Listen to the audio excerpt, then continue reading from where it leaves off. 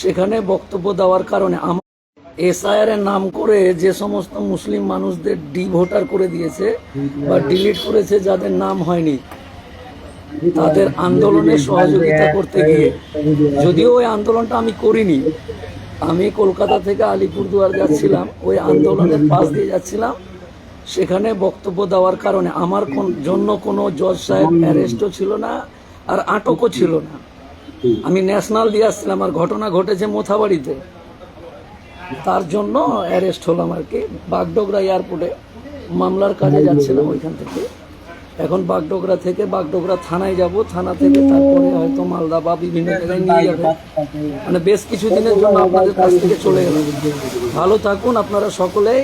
আর এই যে ভোট, নিশ্চয়ই নিজের নাম উঠাতে যা যা করা প্রয়োজন তা করতে হবে। ভালো থাকুন আপনারা সকলেই।